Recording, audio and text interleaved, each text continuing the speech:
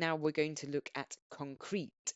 When your message is concrete, your audience can easily visualize what you're conveying.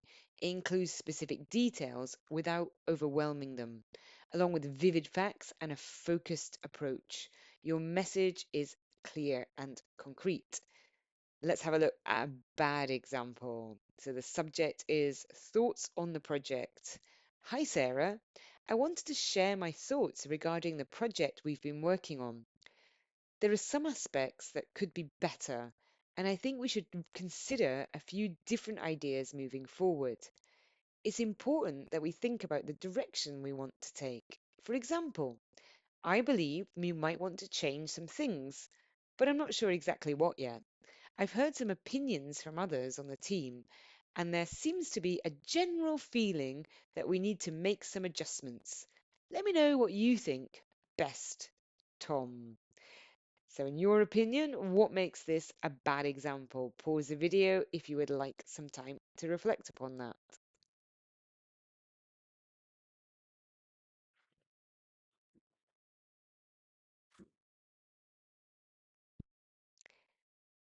The email is a bad example of concrete communication because it uses vague language, phrases like some aspects that could be better and a few different ideas lack specificity, leaving the reader unclear about what exactly needs to change.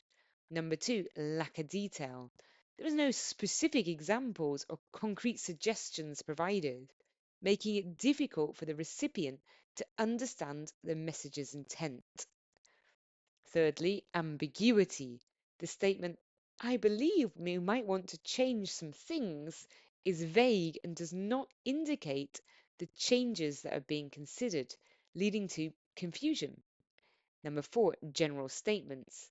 The mention of some opinions from others on the team without specifying what those opinions are or adds to the ambiguity.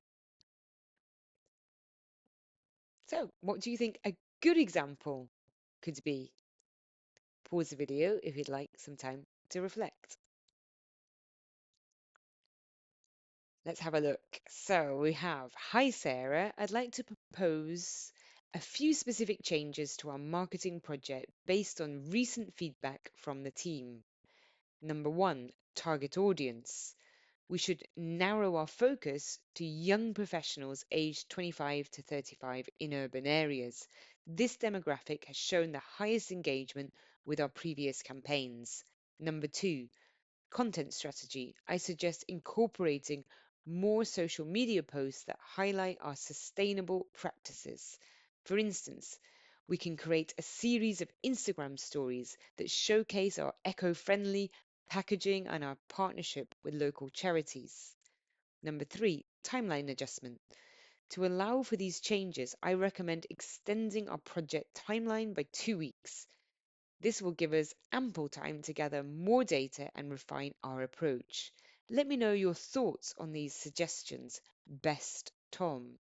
So, do you like this version? Is there anything that you would have done differently? We're going to have a look at why it's a good example, but it might not be a perfect example. So, your ideas are also valid as well.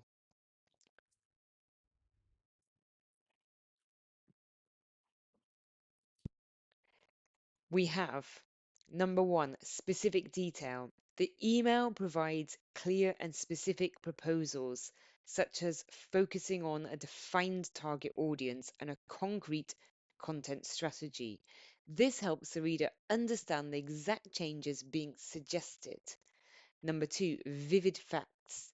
The inclusion of specific examples like Instagram stories that showcase our eco friendly packaging provides a clear picture of what the proposed content looks like.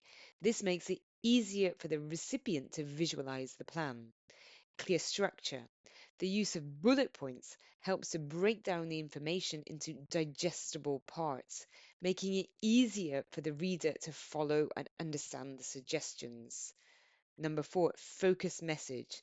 The email maintains a laser like focus on the project's aspects being discussed, avoiding any vague language or unnecessarily fillers. This keeps the reader engaged and allows for productive dialogue. And it is action orientated. The closing line invites feedback, encouraging collaboration and making it clear that the sender values the recipient's input. This reinforces a sense of teamwork and shared goals. Now, I suggest you might want to look again at the before and after and really consider the differences. One of the things that jumps out at me is yes, the first one was vague, but it was saying I don't really know what direction to take this in. I just know some changes need to be made. Whereas that second one, the person has gone away, got their thoughts together, come up with some ideas, and then proposed them. Although, obviously, if you word it like that, that's basically saying, okay, this is what we're going to do. Do you agree or not? Whereas maybe the original idea behind it was to suggest coming up or brainstorming some ideas together. So, again, maybe some more context on that could help clarify things a little bit more as to the best approach for the effective email.